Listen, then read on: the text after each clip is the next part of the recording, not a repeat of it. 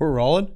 Rolling. Welcome to the show. We have a huge weekend ahead of us, and that weekend is where, Dave? This is White Sox Dave Fest. It's true. Sox Park this Saturday. Miller Lite tailgate. Bleacher tickets, hot dogs, brats. Miller Lite. We're not going to be watching much baseball, though. Well, if you can't count on the team, count on the beer. That's well put. We're going to be counting on Miller Lite. They always deliver. Much not like the White Sox. Will there be more carbs or more runs scored by the White Sox in that game? Per 12 ounces? Yeah. That's actually probably what their over-under is going to be is 3.5. Miller Lite's got 3.2 carbs per 12 ounces. So I'm going to go with the under. They're going to score under the carbs. Carbs in that game. And it's you only got 96 calories per 12 ounces in each Miller Lite. So it's, you're not going to get filled up. It's a perfect light beer for summer, fall. You got football season on deck. It tastes like a light beer should taste, which is like beer. Football beers taste a little bit different. They taste do. a little sweeter. This time, we were out. We did Declan's last weekend for Northwestern and the Illinois games, and just having that bucket dropped at our table, ice cold Miller Lights, you just cannot beat it. And it's not that big of a deal. 96 calories, 3.2 carbs per 12 ounces. We always say it. It's basically like that's what you want. That's the sweet spot. I love Miller Lite, and you can enjoy it with White Sox Dave. I'll be in New York, unfortunately, but you can go to that White Sox tailgate. Kind of like almost like a fun party. It's almost like a wake.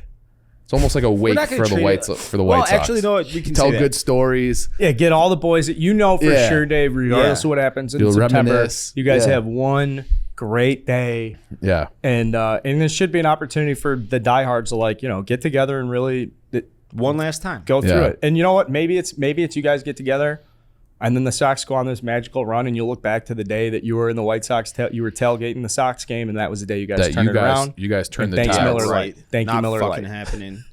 Miller Lite will be great, though. So next time you're getting ready to enjoy cold ones with your crew, go to MillerLite.com/redline to find delivery options near you, or you can pick up some Miller Lite pretty much anywhere they sell beer. It's Miller time. Celebrate responsibly. Miller Brewing Company, Milwaukee, Wisconsin. 96 calories, 3.2 carbs per 12 ounce. Hey, how you do? Good morning, good afternoon, good evening, Chicago sports fans. This is Barstool Carl and White Sox Chief, and this is Redline Radio and All Gas No Break Chicago Sports Podcast, brought to you by Barstool Sports Chicago and our friends at Miller Lite. Off the top, we should say Eddie is in New York for the Surviving Barstool, like the after show. Yeah, so check that out. There's another. I think the finals tonight when this comes out. We were trying to figure out the schedule. The Surviving Barstool saga is unbelievable, and Eddie is quick to show everybody he's got a ton of tricks in the bag. So. Oh, yeah. I mean, it was one of those things where I should have known better because we've experienced Red Ed and Mysterious Council and a lot of funny business with the snake drafts over the years. I did not. Now he's turning, I've said it was Fed Ed because now he's just planting bugs, listening to devices. He's basically the FBI in that Surviving Barstool house. And it's devious. He's a street guy. He is more devious. I was going to say dangerous. Like people don't know the danger that lurks, especially in these reality television shows. We have a little bit of taste here of the reality television show behind the scenes, or at least so people would think. Danny Lance, young producer's like, so what actually happened with Eddie? Three of us are sitting here like, dude, we literally have no idea. And we had a nice team meal last night with Jim Graziano, sat down, drawn up some battle plans and getting together. And so credit to Ed for not letting any of the information leak out. Again, Surviving Barstool. I do want to go back to the team dinner last night because that was like the nicest, fanciest dinner I've been to. And it just gets different as you get older. Like I don't know about you guys, but it's like we're going out to West Loop to see Jim, sit down. I have to wear pants and a collared shirt. There's just like anxiety sets in right away. Like, there's this different level you get to where it's like, and it's not just Jim and dinner last night. It happens socially. It doesn't happen that much as you get older. But we're like, hey, we gotta wear pants. You gotta look good. Show up on time. I looked up the place. I had never been there before. I knew that it wasn't. You didn't necessarily. I didn't wear pants. I wore shorts. Viaggio or Viaggios? Viaggios. Yeah. IO. New location, 1027 West Madison. Good Italian. Nice time with Dave, the owner. Yeah. Horse guy. He is a horse guy. Yeah. It was a really nice night. Any complaints about appetizers? Appetizers were fire. Okay. Yeah. I don't. I just knew there was no burrata on the menu. I was it's fine. Okay. Yeah. Asleep from a pasta-induced food coma within first of all, I only live like 5 minutes away. From you guys seeing me leave to me being asleep, I'm saying it was 25 minutes. You were probably asleep before I got home. I would bet that I was. Yes. Yeah. So that was nice. I mean, and the owner, I wasn't drinking last night, but when that guy, I knew we were in good company. When he came, you asked for a glass of wine, he gave you like a chalice. He was like, I hope you don't mind a bathtub. Yeah. Here, wash your hands in this chalice of sorts. Yeah, good call on that. And then anytime it was a surprise, because I was like, do you have a misstep on my part? Misstep. I was like, do you guys have like a cheaper red? And just the look on this guy's face. Yeah, we don't like sell. That. Yeah. I sell no cheap red. I have a more inexpensive one if that's what you want. So thank you very much, Jim, for an excellent evening. Yeah. Well, we have to get together at this point. We have to kind of like rally and build the vibes, because I feel like I know the Bears went undefeated in the preseason. And we should tease too. Brady Quinn's joining the show in a little bit. Yeah. Sorry, I fucked that up. Brady Quinn's gonna be on the show. Brady Quinn, one of my we did the sweet college quarterback draft, and I didn't take him. And in my brain, I was just like, he was not like, when I remember him, he was just like your quintessential QB1, without much swagger. Like you think sweet QBs, you think Johnny Manziel. He's got swagger. He's just fucking cool. He was tan. He had the hair looking good, big smile. One of the boys, like you can just tell, he's not. I was always under the impression that he was too polished to be one of the boys. Wrong. He was so sweet. So that's a guy like I'd like to have him back on, when Notre Dame's knocking on the door of the playoff again, maybe before the USC game, something like that, because he is he's one of us. Like he could sit here in Ed's chair if, since Ed's out today, and the show would go on. It would be really good. Okay, Brady, that's an official invite. And an endorsement. Yeah. And an apology for not taking him in the sweet draft. Great name, too, for QB1 and MB. It's such Brady. That is a cool name. Yeah. We're going to get to that in a little bit, but let's talk football before we do. Let's warm up. Let's get our senses sharpened. The Bears are undefeated in the preseason. Yeah. I think the preseason, not the wins part, obviously, because it's preseason, but that went about exactly how everyone hopes this season will go, where it's like, Justin Fields is good enough to give you hope. And I wrote a blog the other day. It was like all of these people, whether it was RG3, Kurt Warner. Did you watch that Kurt Warner tape? Because I watched the whole thing this morning. 20 minutes long. So yeah, no, it was like 19 minutes something. Yeah. Yeah, there's one other guy. I can't remember who, but like another major like QB analyst type guy, pundit, was like, Quinn's great. Quinn. Justin Fields is looking great. And then Eberflus, like his mechanics are tightened up. It seems like they believe in him. Then they're saying Luke Getsy is like designing things for him. What a novel concept. Build your offense around your first round quarterback. Yeah. Something Nagy just never could seem to wrap his brain around, unfortunately. But there was one guy who says he sucks. You know who it was? Mike Martz. Yep, which also makes me feel good about Justin Fields, because I think Mike Martz is completely washed, and he sucked here, and I hate his guts too. So that, I'm starting to feel good. So I think the line will protect him. I think people were shitting on the line too much. We talked about that before. I think the line will be fine. I think Fields will be fine. They got $100 million or more in cap space next summer. Almost twice as much as the next team, right? So they're going to be, it's not going to be a fun year, but as long as you just give me little nuggets of hope, little morsels of hope, then I can use that to slingshot myself into thinking about a playoff team for 2023. I love it. There's some news at the offensive line, though, right? Did you hear some stuff? Oh, yeah. Schofield's out. Schofield's out. And now rumors Tevin Jenkins could get moved.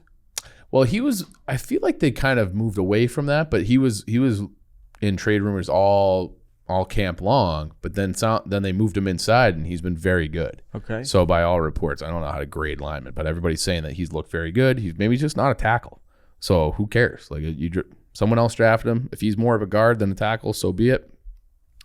The other guy, Braxton Jones, rookie 5th round pick, he's starting at left tackle, and everyone's like, he might be like very special. So they might have a little something. I'm sure there'll be growing pains, but I don't know. I think there's enough to be like, well, they might go 4-13, but you might not be like embarrassed. I just don't want to be 4-13. You look, and then you're like, but next year they can easily, split that around. Who cares if they go 4-13 or 8-9, 9-8, or 0-17, as long as what's important moving forward. Fields is healthy and developing. yeah, you got your young core that is going to be here next year and beyond, and complemented with all that cap space and free agency signings.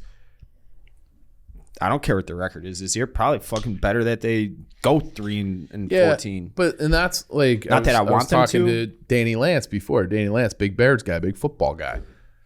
I think that they can go 4-13 and we won't be embarrassed. Like last year, like the Nagy stuff, like and when Trestman was here, like it was just embarrassing. Like the John Fox years were bad, but I never felt like, man, like we're like the Jets, like or the Browns, like we're a laughing stock.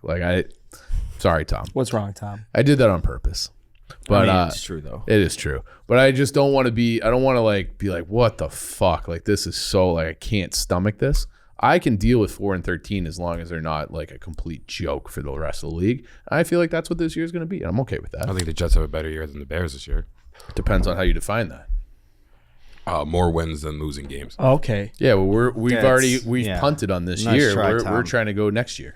All right. We're building. Okay. Yeah. Do the Jets and the Bears play each other this year? They do. If they do, Tom, I'd like to use Game Time to take you there. We should do that. The exclusive ticketing partner of Barstool Sports, Game Time is a ticketing app that makes it easier than ever to score last-minute deals on tickets to sports, concerts, and shows, and they guarantee the lowest price. Football is officially back.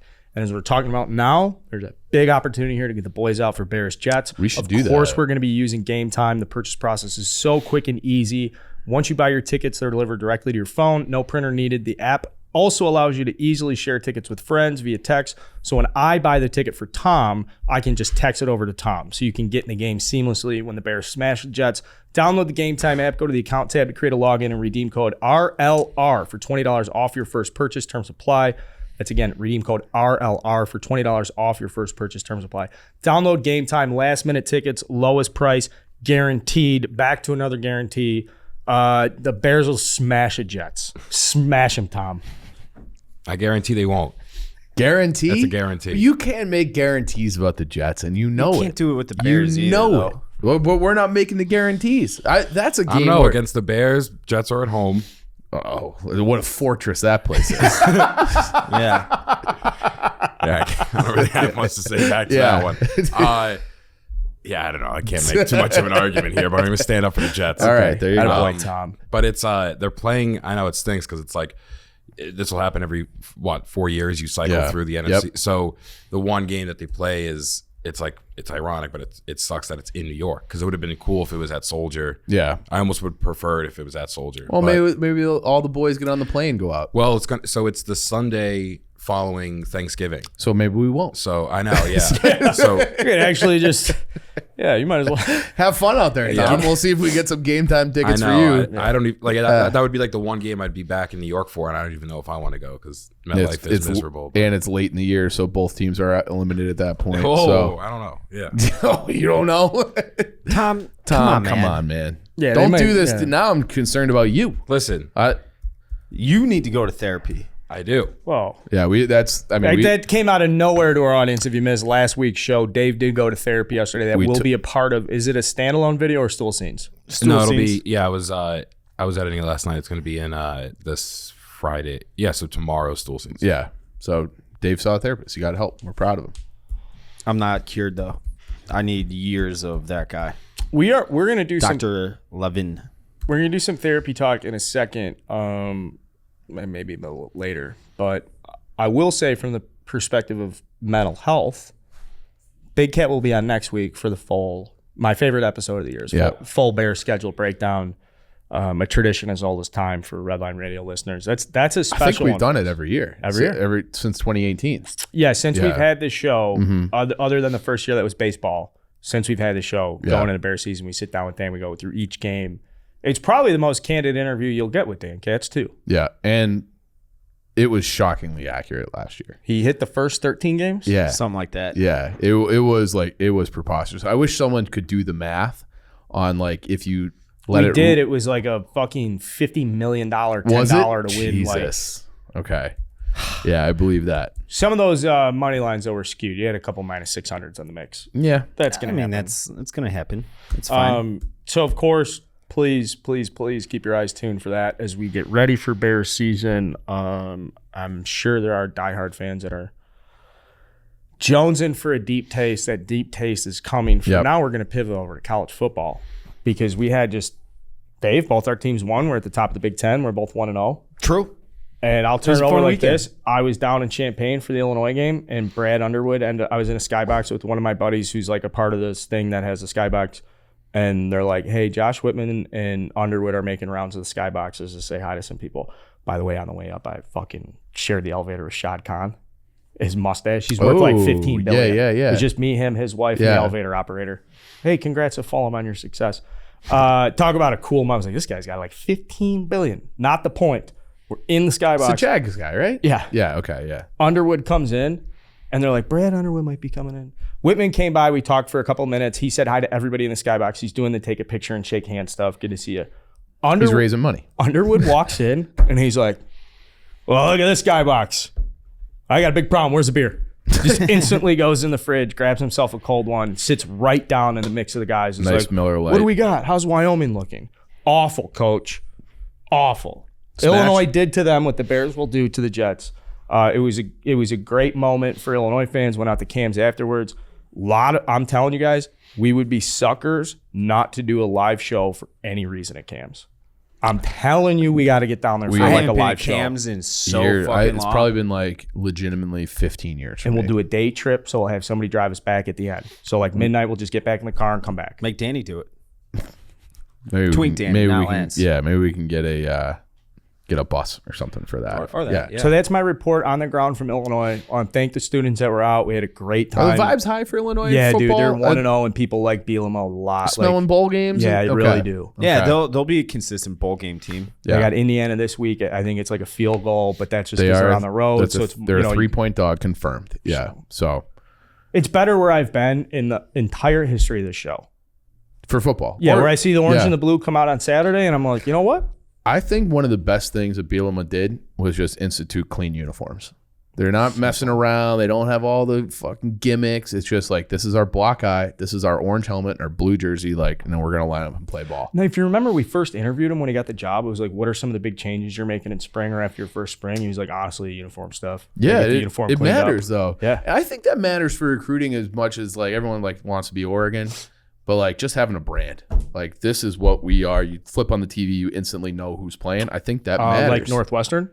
Well, Northwestern kind of does a little of the Oregon shit. What they have, when you say brand, it's like. This is so dumb. This is the dumbest thing. I'm just saying, when you see says like all the time. week 0 no one against can Nebraska criticize was like, anything about Northwestern ever. They're in on every recruit ever, and they have great uniforms when they don't. I said I didn't like the old uniforms. I told you that like 2 days ago. You think that them having like 12 different combinations is a good thing? I think it's not. I think they'd be better served just using what they had in like the 90s when they were good. black with purple pants. They had one good year in the 90s.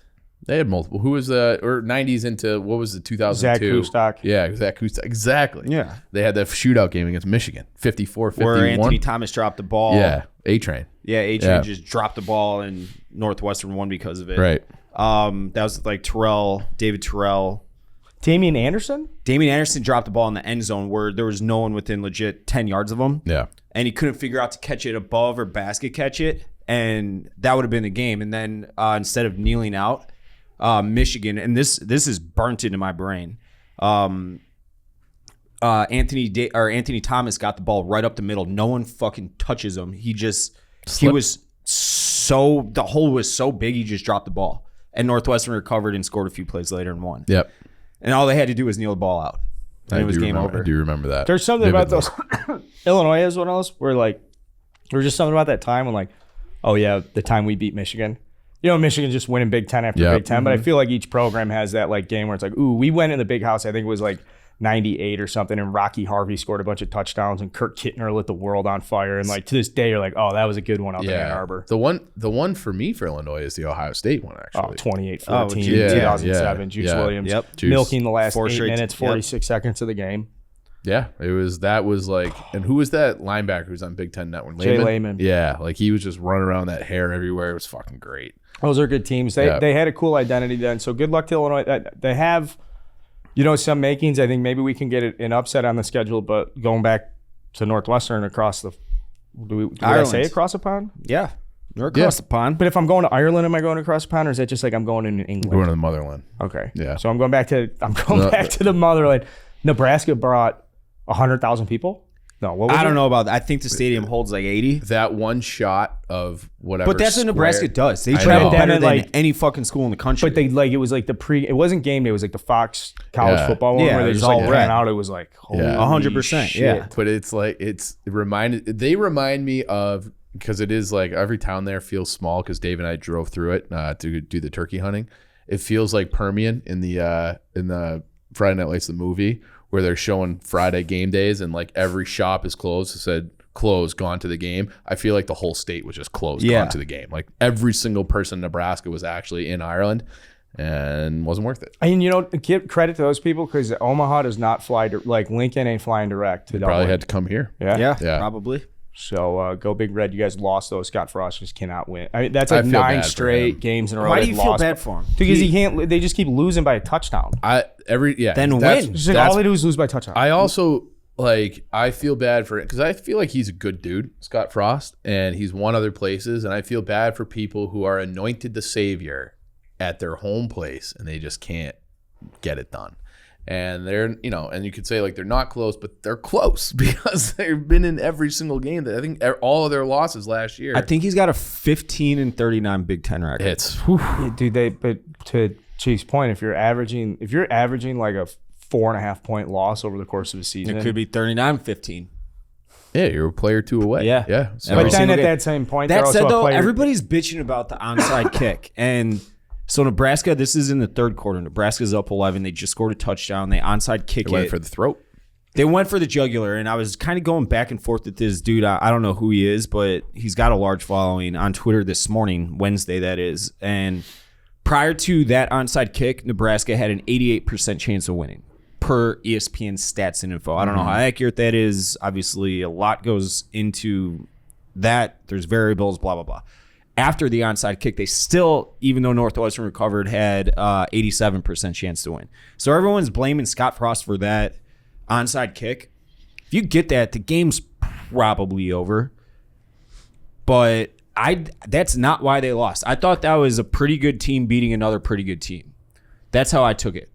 Like a bowl team beating another bowl team. Yeah. But if you watch the fourth quarter, Northwestern ran the ball 16 straight times and said, They here did you go. Northwestern shit. That's exactly what they Yeah. did. I posted and I've watched this video. Some Nebraska fan, I guess he went viral for a rant after Nebraska lost to Minnesota last year. I haven't seen that one yet, but it was similar. It was like a 7-minute video where he's sitting in his bathroom because he said that's where shit belongs, and Scott Frost is a shit coach. So he's doing like a selfie video from the bathroom, and he's like, Northwestern, like, they want to beat you by like rock fighting you, and that's what they did. They lined up and I said prior to the season starting that I'm like, their offensive line I think is going to be actually really good, Well, Skronsky is unbelievable. and their 2 running backs are awesome. I don't know if their quarterback's going to be any good thought or he their looked defense. pretty good. He looked fucking awesome. He Yeah. had time to throw, and he was on the money all day. He was efficient as could be. He was like check downs all the way to Zach deep Kustok. routes. He looked great, but at this point, like I prior to the Nebraska game, I would have been happy with the bowl season. Now it's like bowl or bust. Okay. So like All six wins is like, and they play Duke. They should beat Duke. Yeah, you got Duke, SIU, and Miami of Ohio. So 4-0, Miami of right? Ohio is supposed to be really good this year, though. They return like every fucking starter. They're and- the number 2 team odds wise to win their division of the MAC. Is that it? Yeah, Who's first? I think it's Toledo. Toledo. Yeah. Okay. Just a brutal stretch in the middle of the schedule for Northwestern. Yeah, they got- which is their why you Big got to get Ten these schedule's wins now. awesome, yeah. At Penn State, Tough. at home against Wisconsin, then on the road at Maryland. That's probably the most winnable out of these. Then at Iowa, Maryland's then good. at home against Ohio State. Tagovailoa They is good. always fucking beat Wisconsin at home. Always. Yeah, that They like it makes and no Mertz sense. doesn't really scare me. Yeah, he sucks. If he goes down at any point, their backup is lost for the year. I guess he just tore his ACL. So Early total on that one, 27.5. Duke threatening? nah. Okay. So signs are pointing up more based on the Next year's performance the year for against- Northwestern, though. Next year's the year where I'll expect them to win the West. I mean, David, what have we taught? What have we learned this year? What? About next year's and this year's and that? You I'm only just have saying. today. Skronsky will be gone though, right? Yeah, but the rest of the line returns. Yeah, but he's like, Yeah. yeah. I mean, that's Yeah. reload and figure it out. We'll see. I got some other stuff on college football, but first I'd like to thank Roman for sponsoring our show. My dick is hard for college football. It was a great day at Declan's on It Saturday. is. It really It was. is like that air, 70 degrees. It's fucking great. And if you don't have college football, you have Roman. Clipping that. Yeah, I was just like, my mind is just racing on all the like TikTok things we can do. Like, my dick is rock hard 4 and then cut 2. College football, baby. And if you want to last longer in bed, you go to Roman. They have the swipes. They help you last 340% longer in bed. 340%. That's a long fucking time, That's a big percentage. That's a huge percentage. So they're uniquely formulated to reduce overstimulation without eliminating sensation altogether. So you're not just like feeling nothing down there, just getting like a cardio exercise. You still feel it, but you're not gonna come. So it doesn't transfer to your partner. Just swipe it on, let it dry, and that will be the secret to lasting longer in bed. If you go to getroman.com/redline, that'll get you 20% off your first order of swipes. So check that out. Again, it's getroman.com/redline. Good stuff. A couple other things with college football. Before we get to Brady Quinn, how we feeling? You want to do any Notre Dame stuff now, or will you get to it with the interview? What are you thinking? We was more about Quinn than the game itself. I think the line is ridiculous. 17.5, where it's number 2 versus number 5. So they're playing Ohio State? In Ohio State. Okay. So obviously tough environment. Ohio State has CJ Stroud. He's probably a top 5 pick. They got 2 wide receivers who are probably top 5 picks. They have, their offensive tackles are great. I'm not sold on their defense. So they brought in a new defensive coordinator from Oklahoma State. So Notre Dame saw that scheme in the bowl game, and they lit it up in the first half, and then they kind of shot themselves in the foot in the second half and ended up choking the game. But Notre Dame brought back Harry Hestad, who's like the greatest offensive line coach in college football history. He's the one who turned out Quentin Nelson, McGlinchey, Ronnie Stanley, all the Martin brothers, all these guys that were great. So they have 2 true sophomores coming back on either line. They got the best tight end in football. I think they're going to be able to run the ball. Buckner can run it. Everyone's saying Buckner's good. I think they'll be able to keep that game close. I'm going to put some money on Notre Dame with the points, and I think they'll be there. I think they'll have it going into the fourth quarter. I think they'll be in striking distance. So I don't know if they're going to win. It's a tough environment, all that. But people saying they're going to lose 52-10, I don't see that. Ohio State got punched in the mouth. Notre Dame's a punch you in the mouth kind of team. They're going to run the ball. They're going to try to take the air out of the game. Utah did that to them last year. Michigan did that to them. Oregon did that to them. So if they can win up front, which I think they should be able to, at least on offense, then I think they can shorten the game and keep it close. So I reject this whole thing that Notre Dame is just like they're playing Alabama or something. Like, they're not. And it's not a bowl game. It's the first game of the year. You got to be able to tackle. That was 1 point from Brady Quinn. No one has really been tackling because they don't let you do that in camp anymore. So if you are a running team and Ohio State is relying on linebackers and safeties to make tackles, they haven't had to do that since the spring game. Okay, so I think there's even then, right? So since last fall. Okay, so I think Notre Dame has a chance to run the ball, keep it close, take a couple shots over the top, and make it a game. And that's what they have the personnel to do that and attack Ohio State in places where they're unproven at best. So we'll see. Everybody's saying that they're going to be, I think Ohio State's awesome. They have a ton of talent. They always do. Notre Dame, they're on scholarship too. So I think it'll be a tight game. What inside the number. Published date on Undefeated blog. What do we got? It will be out if you're listening to this Thursday morning. It will be out Thursday afternoon. Is this the 10th year anniversary? This is. So I've written that blog. Fuck, I wish you didn't say that. I forgot about that. So that's a long time. Wrote that blog in 2012. They did go undefeated that year. And I think they've been undefeated 3 out of the 11 times I've written that blog. It's pretty good. 3 out of the 9. 3 out of the 9 times. So yeah. So hopefully make it 40%. It's pretty good. And we'll have a bet out for it as well. So you can take Notre Dame over 11.5 wins. We'll juice up that line. And so that'll be on the exclusive on the Barstool Sports. Do we know how much that's paying out yet? I could text Jack McCarthy right while now. you look that up, I do encourage you. The stuff we have on the exclusives tab under the Barstool Sportsbook app. Guys, it's great stuff. Check it out. Also, I should get I'm going to get the full legal disclaimer up here. We're live in Kansas, guys. Did you know that we're live? I did not know that. We're live in Kansas. Yeah, we are live in Kansas.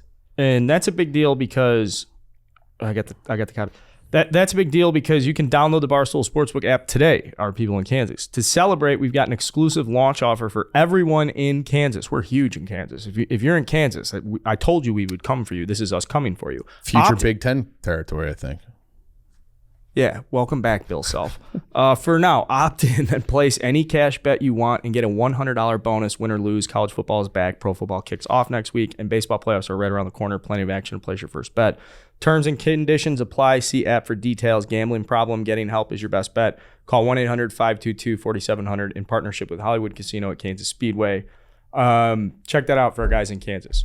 What'd you get? What's our exclusive prop? Our folks in Kansas are going to be able to get a taste of this. Yeah, so we're waiting on the numbers on that. Maybe we'll just save it for the blog. You guys go read this blog. It's a historic blog. Yeah. This blog, the genesis of this blog, or I would say this is me transitioning Brady Quinn. There are so many important athletes in our lives as sports fans. I would imagine Brady Quinn's probably pretty high up there for Notre Dame football for you, or how is that? Yeah, very high up because he was the guy, because they were a dead program for really my entire life until he got there. So when I was a little kid, they like really little, like I'm talking like 6, they were very good. And then from the time I was 6 until I was like 20, it was rough. And then Quinn brought them back, and then they sucked again. And then it's been a good probably 10-year run now for Notre Dame. But I do think that like a lot of that was built off of going back-to-back 10 wins with Brady Quinn, Heisman, all that. It felt like, because the criticism used to be Notre Dame's irrelevant, and it was true to a large degree on the field. And then Quinn kind of got rid of that, and then now they're just like a top 7 program, which is, they're still a step behind probably the big 4, but they're right there, probably the 5th, 6th.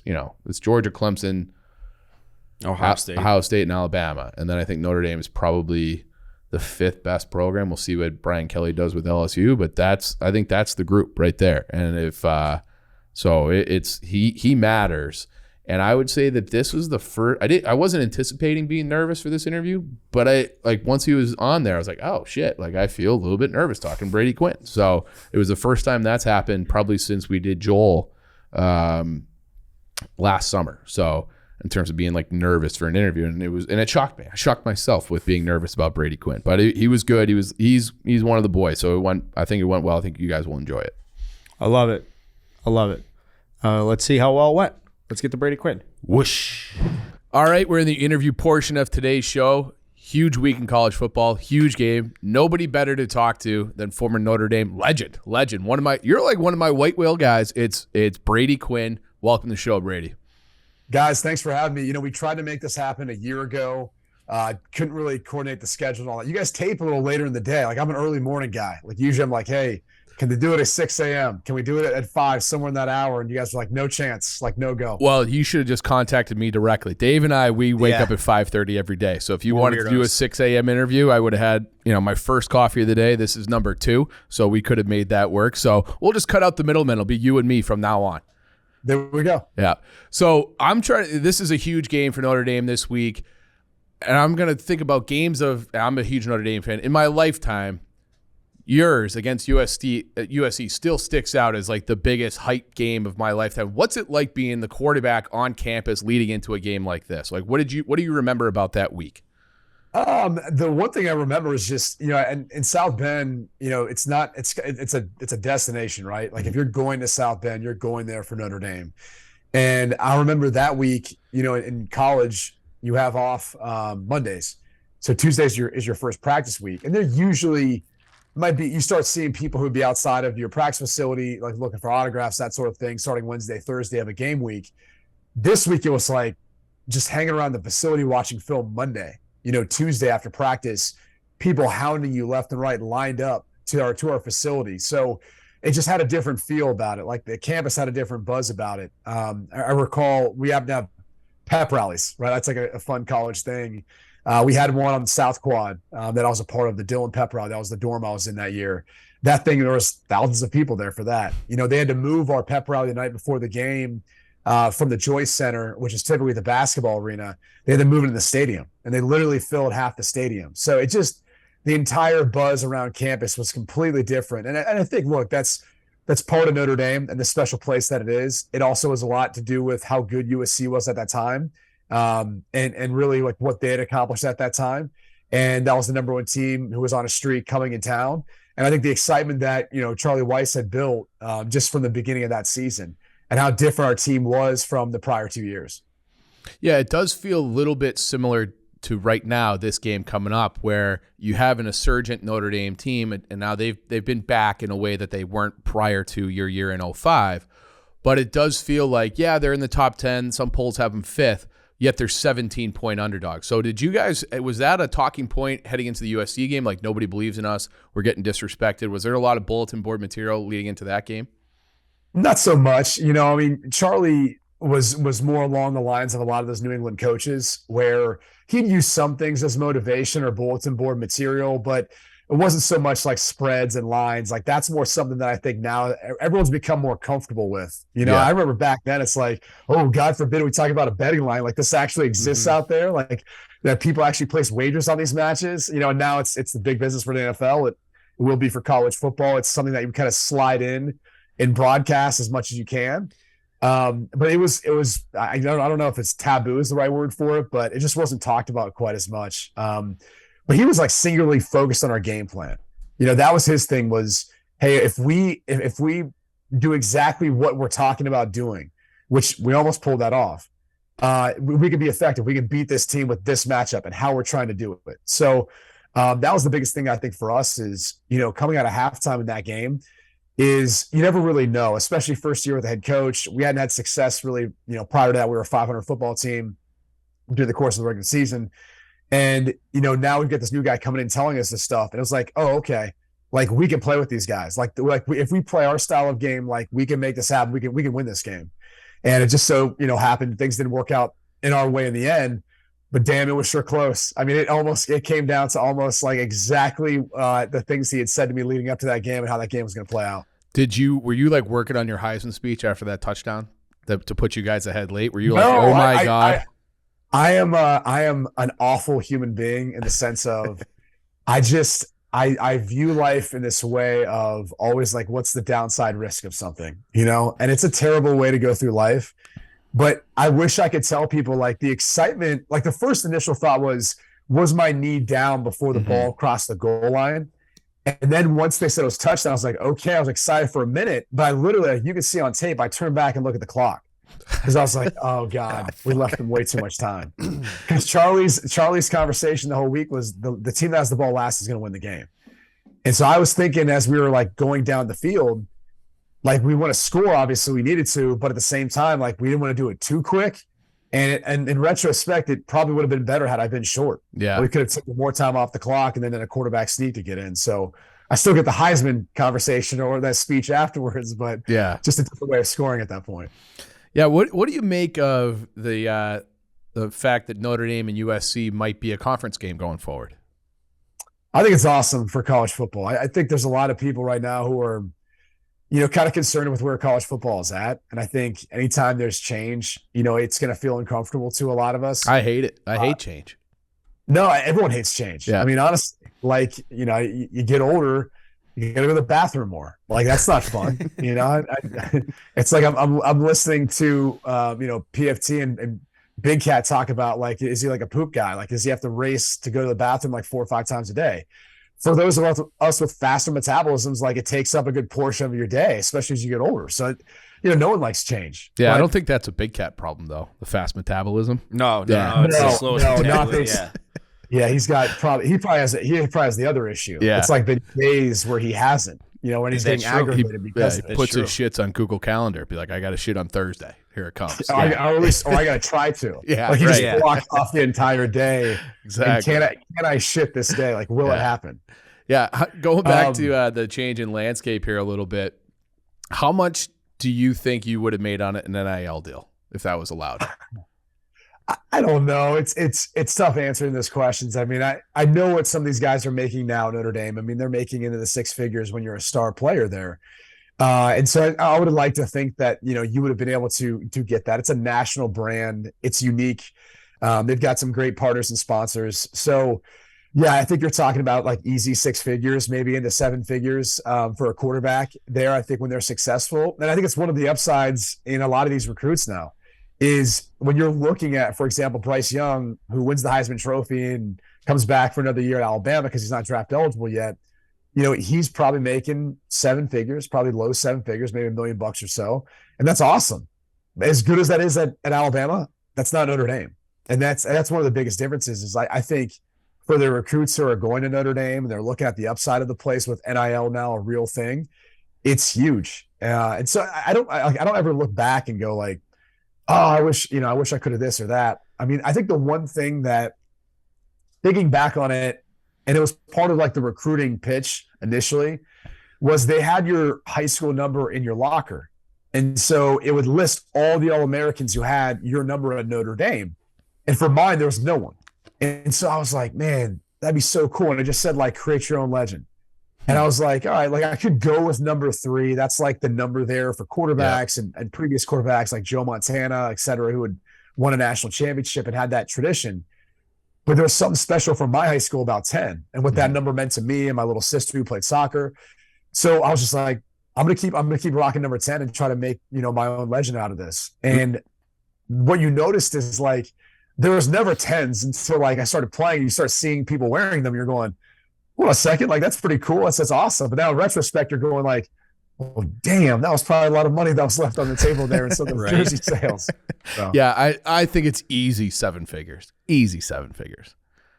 For what that that team at that time, it's yeah. I mean, I think for a quarterback, and that's why look at your hair, look at that smile. You got the tan going. That's worth 7 figures right there. Put that number 10 on. You're good to go. I didn't have a tan back then. Yeah, I'll say this though: you got the Pauly Walnuts wings going a little bit. Yeah, I'm trying to get them going. This is actually like not. It's frowned upon in the TV business, so I'm like subtly trying to get the flow bucket back. I like that. I just got to figure out how I like navigate past our executives at Fox, because every once in a while you get that like, hey, hair's looking a little like here's rubbish some there. Just for men, Yeah, like are you gonna brush out those grays? I'm like, no, man, I'm gonna rock it. I'm gonna rock it till it all falls off. Wani does it. You're distinguished. Look how distinguished you look now. Wani's hair / mustache is like the most distinguishing things outside of his voice. And he's like 70-something years old and like the most handsome dude on earth. With all due respect, he's the legend. Yeah, he's an absolute. I actually sent him a text. 70. I sent him a text last night. I forget. I had a photo of him. I found somewhere like someone sent it to me, so I forwarded it to him. But Coach is the best, man. I miss working with that guy. I miss talking to him. We had him in studio, I think, last year. Shocked at how huge he is. He's a big man. He's 6'4", 6'5". Fills out a doorway. He's a big dude. He played now. Yeah. Oh, I know. But it was just like you don't think about it. I remember him from just being the Bears coach, and I don't think everyone gets a sense of how big someone is just from watching him on the sidelines because he's next to all enormous people. Let's talk about this game coming up because I feel like Notre Dame is getting disrespected. It's a huge line. No, everybody in my mentions they're going to lose 52-17, something like that. Do you think that there's a path for Notre Dame to win this game, and what is that path? For sure. I mean, look, we called we were there for the Ohio State-Oregon game last year. Now, granted, a little different situation, right? Ohio State's still playing at home, but playing at Oregon in midday. You're gonna get this Buckeye fans all boozed up for the entire day waiting for anticipation of this one. So it's gonna be it might be the craziest environment these football players ever experience at Notre Dame, in all honesty. With all the places they'll go, this will be, and I grew up going to the Horseshoe when I was young. This will be probably the craziest environment they'll play in. And so that in and of itself will be difficult. But, look at Oregon. Oregon walked in there and could give 2 shits about that. They were the more physical team. They ran the football. Ohio State never made adjustments at all defensively, which was probably, the precipice of bringing in Jim Knowles as their defensive coordinator, which if you go back to how that bowl game went for Notre Dame versus Oklahoma State, same scheme. Yep. That was Jim Knowles' defense. They torched that group. And really in the first half. Wound. Yeah, but even the second half, it was a self-inflicted wound. Those turnovers. They kind of hurt themselves there. So now look, the talent for Ohio State's defense is better than that at Oklahoma State. It's not a shot at Oklahoma State. It's just the reality of it. So that would be a different challenge. But I mean, look, the game plan, it's pretty simple. Buckner obviously has to play well. That's like a no shit comment, but everyone realizes that. He has to take care of the football. He's going to have to use his legs at times because they will have a better pass rush this year. And he's going to have to make plays down the field. Like, they're not going to be able to play in this 10, 12-yard box around the line of scrimmage where Ohio State loads up to stop the run and basically say, show us that you can beat us with one of your wide receivers outside. So whether it's Lorenzo Styles or whoever else, Braden Lenzy, whoever's going to step up, someone has to step up for Notre Dame on the outside and win that one-on-one matchup. And then they're going to have to move around Mayer and find that matchup versus safeties, linebackers, because he's a difficult matchup for everyone. And then obviously, hang their hat on their offensive line. Their offensive line is an NFL group. They should be able to handle their own versus this Ohio State front. Yep. And whether it's Chris Tyree or Logan Diggs, like, those guys should be able to do enough in the running game to be able to hold their own. And I think, and part of the reason why I bring up so much about offense right now is you really got to limit Ohio State's possessions. Like, when you say shorten a game, what you're really trying to do is say, in a typical game, Ohio State's going to get 14 possessions, 15 possessions. We want to make it so they get 10 or 11, right? That's just less opportunities, obviously, for them to go down and score, create big plays. And that's their advantage, right? Like, they are as talented as an offense as you'll find. And so it's not that you have to play a bend but don't break defense, because I think Foskey's one of the better edge rushers in all of college football. It doesn't matter which side he's rushing from. He's going to present some potential problems for them. It's more about the matchups on the outside and how Ohio State and Ryan Day, find those matchups, find ways of moving guys around to get them the football. And it's a very, very talented roster. And I think, again, a no shit comment goes without saying, but a lot of people overlook this week 1, week 0 college football. You don't play preseason. You don't tackle anymore.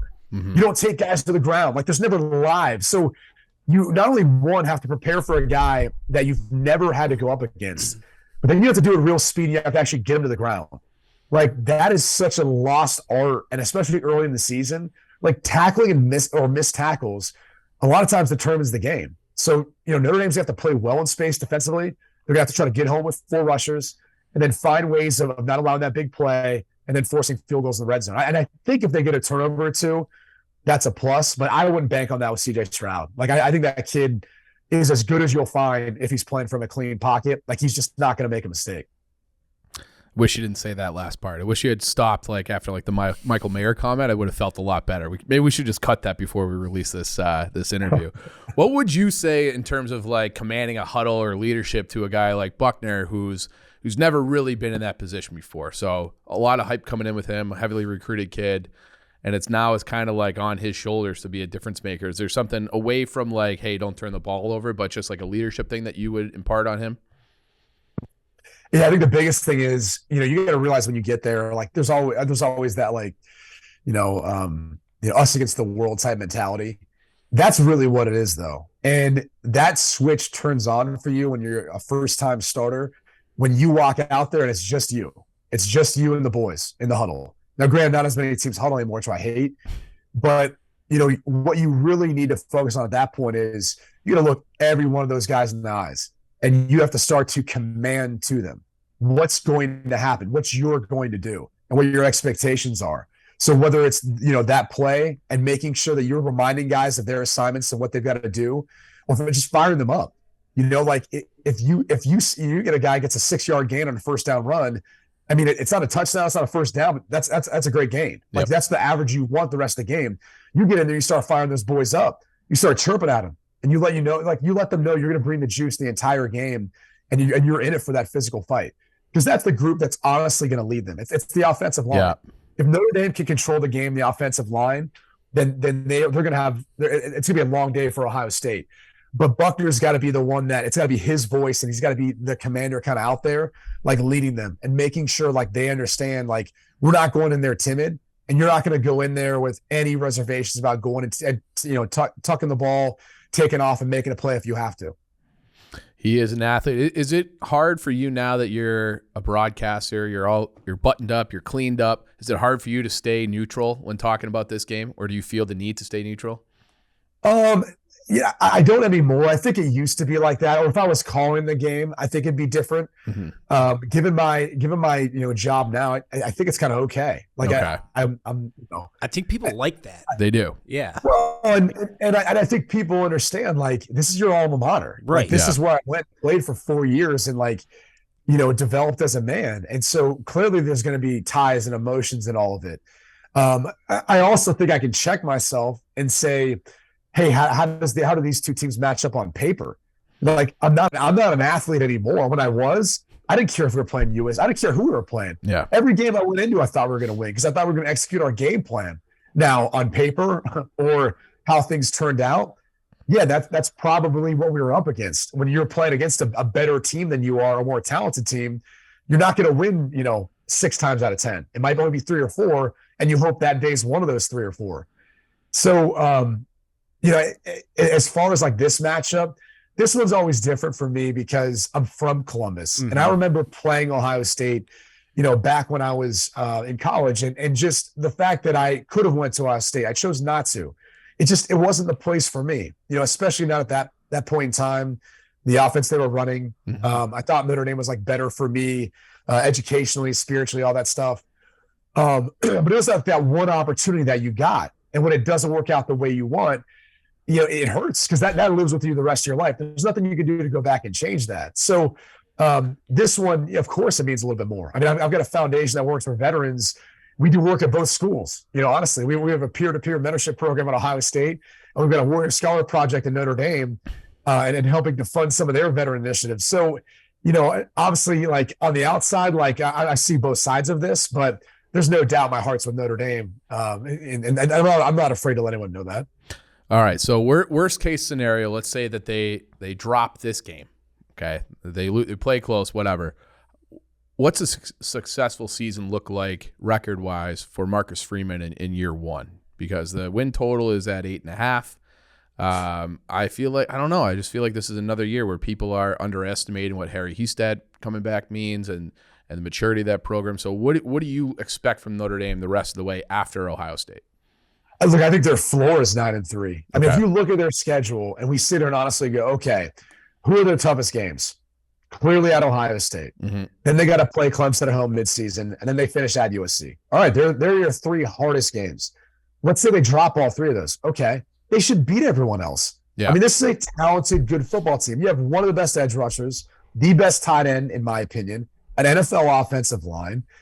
You've got one of the best play callers in Tommy Rees. I think in the world of Marcus Freeman, I think there could be some growing pains with Al Golden, like taking over as DC and getting his feet kind of settled there. Brandon Joseph is one of the best safeties in the country. You've got the star power and talent. Like, that's where I'm always surprised. For 8.5, I'm like, well, who the hell are they losing to? I think the other one they're talking about is BYU. Yeah, that's the one I'm looking at now. That would be the only other in Vegas, but it's like, it's a trap game.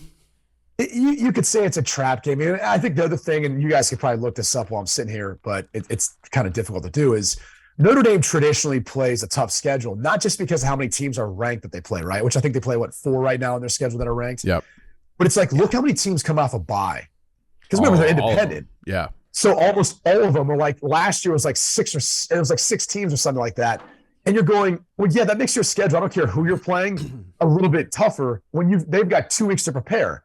I don't care if it's the Sisters of the Blind. Yeah. Like, they've got 2 weeks to prepare for whatever that game plan is and rest up and get healthy, and you don't. So they've always got a tough schedule, in my opinion. I know that was like a conversation piece over the offseason and where their AP ranking is, but they've been as consistent as pretty much any school the last 5 years. It drives me crazy. It drives, because I feel like people are just lying. Like, they're ignoring like facts to like push a narrative, and it drives me insane. Well, because it's Notre Dame, right? Like, I always say this every time this time of year, there gets to be a slow period, and you always see 1 or 2 pundits do it every year. They're like, oh, something about Notre Dame, or why are they this, or why are they start bashing them. Yeah. Because they know that there's those that bash them and there's those that love them. There's really no in between. And so you're going to get a reaction on both sides of it, and that's what creates a buzz. So it's funny to me. I mean, like, sitting back and listening to it, because I said, all right, like, let people talk. And then, Notre Dame will cover, they'll pull off the upset. And then what's the narrative going to be? I mean, the reality is, like, I honestly feel like they can easily go 11-1 too, even if they drop this opener to Ohio State. and they're still in conversation for the college football playoff. Yep. Because I think Ohio State's going to win the Big Ten, and I think you're going to see them obviously ranked ahead of them in that case. And then you'd see like, okay, well, where does Ohio State or where does Notre Dame, sit at? If they're 5 now, you can't think they're going to drop too far. They should drop too far if they win out the rest of the season. So that's I think honestly the biggest thing off this game is for Notre Dame. This game can't be the entire season. Like I think if they get too wrapped up into this game being the entire season, then they allow the result, good or bad, to impact potentially how the rest of the year goes. And that's where I think you can fall victim to that as a first-year head coach for Coach Freeman, is that if he allows it to be too much put into this game and then you don't rebound from it and become the team you're capable of being at the end of the season when, really that's going to matter most. One more question. I don't even know if you can answer this because you're under contract with Fox, but would you ever want to be the guy to call Notre Dame games? Is that something that you would be interested in? That would be something that I think would be special. Mm-hmm. That being said, look, their rights are up here in a couple of years. I know. If you were going to leave all of a sudden to go call because they're with NBC right now, but then all of a sudden NBC doesn't have their rights, then you're going, wait a second, that was a bad move. Sounds like you've already thought about this, actually, Brady. That's what it sounds like. I think about a lot of things. Yeah. I think about a lot of things. Worst case scenario, always. Yes, always. That case in point. You go leave that job. They're not there anymore. What game are you calling now? Okay. Yeah. You think about those things. It would be special, it really would be, especially getting to be able to get back there so often. Yep. But look, I love the crew I'm with. I love what I'm doing now with Fox. It allows me to stay so involved with the entire landscape of college football. It's a great crew. As a college football fan or a sports fan, when everyone thinks about the NBA and TNT, I think your crew is right there. That's a great group for a college football pregame show or college football show. So yeah, I don't blame you for saying that either, because that is a great team. I haven't chirped in too much here today because you guys have just been ripping it off all well. But how much light on the desk? How hungover are you right now? It's Revitalite, and it's got that familiar black label, the Barstool Sports label on it. Product placement. I'm not hungover. So actually drink. You guys aren't drinking that today. Only 70 calories. Oh yeah, I'll drink it all day, every day. It's the best. Off camera, every guy that's ever played a sport, at least through the high school level, does this. How much do you, Reggie Bush and Liner, bust balls about the USC Notre Dame rivalry? We do a little bit. Look, there's not much I can say at that point. Right, I know. But they were dominant, but again, we kind of know why they were dominant. It's one of the reasons why they've had such a hard time building everything back. They were on an NIL deal before anyone knew about it. Right. Yeah, they had a first mover advantage. Very aggressive there at Southern Cal. We do a little bit. It's honestly grown to be more of a friendship or more different inside jokes about different things. I always say this, Reggie is one of the funniest human beings. And I don't know that it's always intentional. It's just the way his mind works. And so I get to sit next to him. So that's always been a huge joy, because it could be moments before air and he'll ask something or say something and I'll just lose it.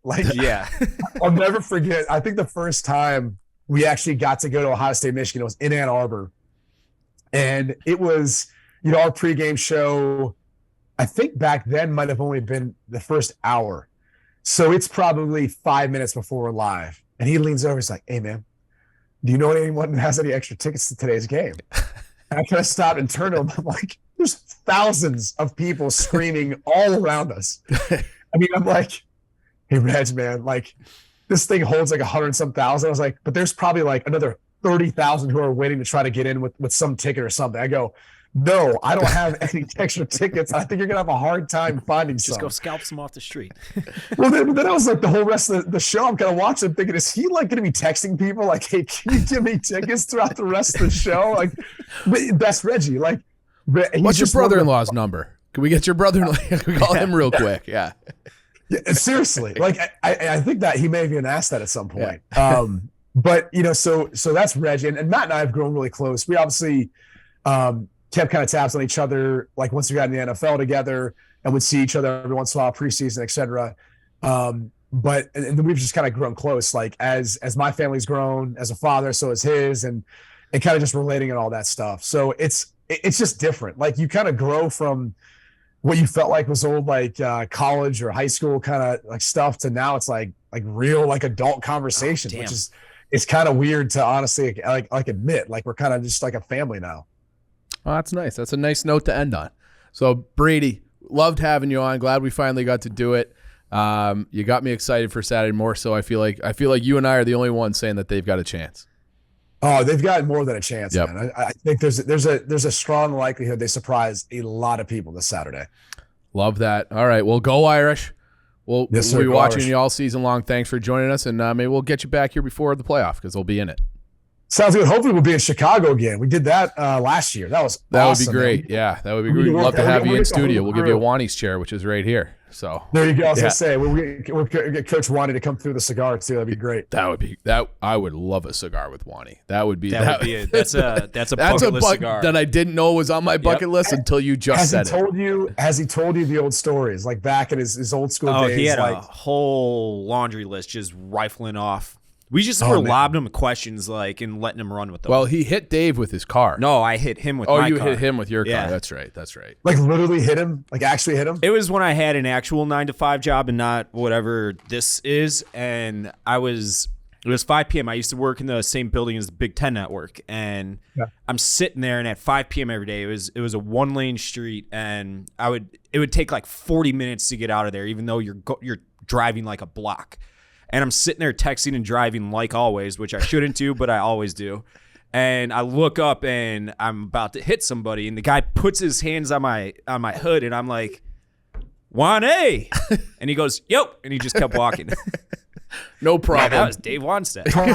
Classic coach. Yep. Classic Coach Wanstead. I'm telling you, he's the best. He's got stories that like back before NIL that you're just going, this is legendary. Yeah. I mean, the stuff like coaches did like back in those days, and the days before cell phones and camera phones. I mean, it's incredible. Just some of the recruiting stories. It was like the program. I'm sure he was the bag man when he was down with Jimmy Johnson at Miami. I'm sure he's got crazy, dropping duffel bags everywhere.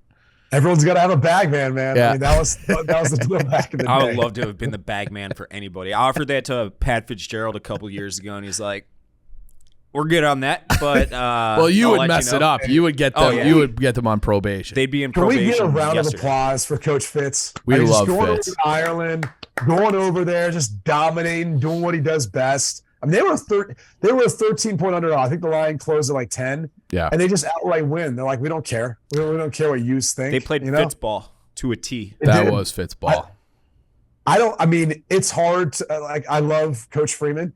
But I love Pat Fitzgerald. Like, Fitzy is just a legend. Like, you talk to that guy on camera, off camera, he's just genuine. He is who he is. Oh, yeah. I was happy for him, man. Like, I love when those guys overcome and go out there and win some ball games. So it's always good when Fitzy's in the mix. I think we had him on last week. So this is a pretty good run of college football guests to kick off the season. So we won't take up any more of your time. So appreciate you coming on. And, we'll see you. I'll DM you on Saturday, victory video. There we go. All right. Thanks, Quinn. Thanks, guys. Yep.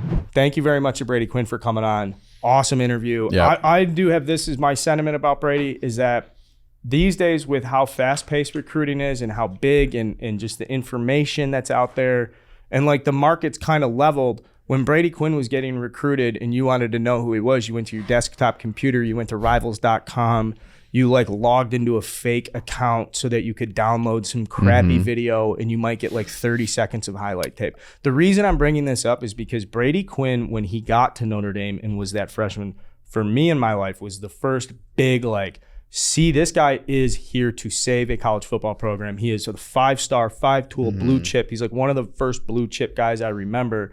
And it was different because the difference between Brady Quinn and the next guy, it wasn't like there's factories out there like there are today just producing Brady Quinns the second you turn 9 years old and can grip a football. Like he was definitely on a he did it on his own. He was that dude for sure. But I was hesitant to buy in because in my life following Notre Dame, they had always had big time recruits at quarterback. Arnaz Battle, Carlisle Holiday, Jarius Jackson. They had like all these guys my whole life. They had this kid named Matt Lavecchio. Do you guys remember that name at all? Yeah, I do. Okay, so Matt Lavecchio, like he was a Tyrone Willingham guy. I think that he was a quarterback when they started off like 9-0 that one year, and then they lost to BC, and before you know it, Willingham was fired, and they were a disaster. But it was like here comes another Matt LaVecchio, and that was like I was just like, yeah, we'll see about Brady Quinn. And then his junior year when Charlie Weiss got there, it was like, oh shit, it was like Quinn to Samardzija, Quinn to Stovall. It was like fun being a Notre Dame fan.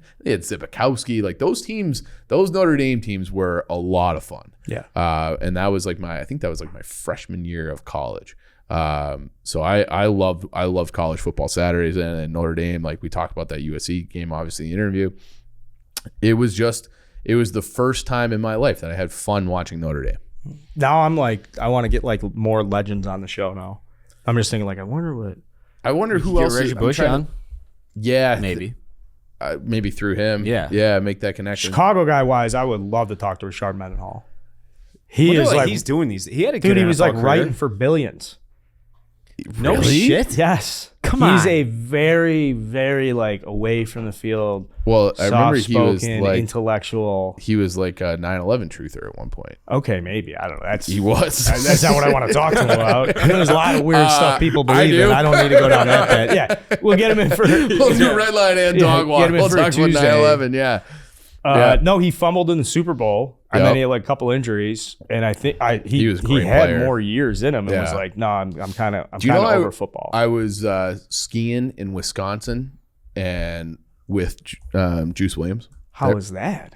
He was with like his girlfriend and another couple. This is probably like 8-9 years ago, and I was working for this company. We'd put on events, and he was walking around with this, kind of a duffel bag backpack, like one of those ones you pull strings at the top with the Rose Bowl logo on it. I'm like, oh, like, did you go to the Rose Bowl? He goes, yeah. I'm like, did you play in the Rose Bowl? He goes, yeah. I'm like, for who? He goes, Illinois. I'm like, are you Juice? And he's like, yeah, I'm Juice. So long story short, like just athletes being athletes, he had never really been skiing. And then I went down the first, I'm like, this is a nightmare for Juice.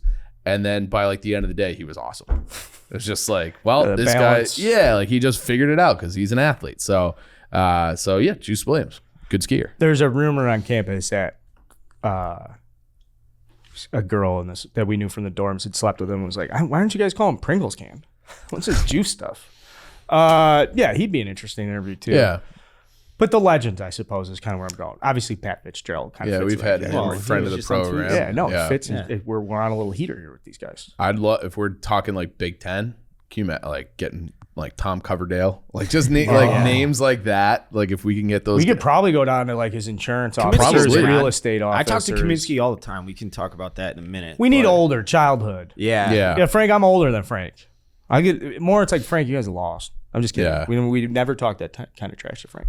Who else fits that bill for you of like a Tom Trying to Coverdale? think. There's some guys from Illinois that nobody will recognize, like Lucas Johnson and Kirk Kittner would be huge. Kittner cats. would be great. John He Pitcher. took him to the Sugar Bowl, right? Oh, yeah. Kittner? yeah. Rohan they got Davey from smoked. LSU. I went Yeah, down. I sat in the that's 10th right. row in the south end zone. It was a bloodbath. Yeah, they got killed They got that game. Well, I had fun nonetheless. I met That Coach was- Lenny, Frank was Lenny's that- dad. Was that a Saban LSU team? Yeah. Yeah. I think it was, yes. Yeah. No, it absolutely was. Yeah. So what are you gonna do? Yeah, I mean, Yeah. I have 2 BCS bowl games in my life. I got a I mean- Sugar Bowl and a Rose Bowl. It's pretty good. And for all the shit was people a- talk about Illinois, The Rose Bowl was by luck. I know Why? because the national championship Yeah, game it was 9. They were like 9-4 that year. 9-3, Dave. 9-3. Well, And they had the tiebreaker over Ohio State. yeah, They should have beat Ohio Michigan. State. Funny story about that, Michigan. We're playing Michigan. It's I was at that 07. game they lost. Kyle Hudson drops the punt. Yeah, he drops the punt, and he actually played Major League Baseball. made it right? to the big leagues. He made with it the to the Orioles. big leagues. Yes. Yeah. So Kyle Hudson's also on the baseball team. He doesn't go to baseball practice. He just shows up for games. He only cares as soon as the game starts. It is one of the. He's by far the most athletic person I've ever had to compete From against. with Mattoon, anything. Illinois. Yes, where he would come from like a football workout for like a Wednesday night game against Illinois State. Would wear the football like workout stuff, go in, put on the uniform, go out, go like 4 for 5 with 3 stolen bases or whatever. And Hudson is a starting wide receiver, punt returner on the football team, and he drops a punt against Michigan. They recover, they score the touchdown. And that was the go year up, they win the lost game. Appalachian State. And that was also the year, Yeah. I believe. Okay, I almost misspoke. Correct, Dave. Maybe it wasn't. In any event, Michigan beats Illinois tragically at home under lights. Biggest home game of my career in Illinois. Tragic loss. Fast forward like 4 or 5 months later, I've told this story on the podcast before. We're playing Northwestern in a meaningless doubleheader baseball game. My dad buys a keg or 2 kegs or something and invites the fraternity out. And he's like, hey, those guys, he coordinated with one of my buddies who was in the frat, like, come on out for a game. And so I was like, yeah, you guys should get loaded, sit behind the Northwestern team, and just talk a ton of shit to them. And they were like, yeah, dude, that's a great idea. So sure as shit, the fraternity boy, my buddies, they all get loaded. They all go to the game. They all sit behind the Northwestern dugout, and they all talk a ton of shit the whole game to Kyle Hudson. You motherfucker, drop that punt. He comes up to me in like the 6th inning, just like pins me up against the dugout wall. What the fuck, man? And he's like, I swear to God, I'm going to beat your fucking ass in front of your friends if you don't get, if you go fucking take care of that right now. Terrifying experience. Thank you guys. Particularly Joe Plancich. Tragic loss. Do you guys have any of those where you're like, man, if we won that one, then this? Even though we went to the Rose Bowl anyways, they could have won the Big Ten if they beat Michigan. Are we talking just Let's college just say football? just college football because there's few games and so much passion. And I just had deja vu, by the way, which means you're in the right place at the right time. Yeah. I mean, see, I don't think there's a game. Push? Yeah, but I don't think that changes anything because then they would go, that was 05, they would have lost to Texas, and I think they had another loss on the schedule that year anyways. You think they would have lost to Texas?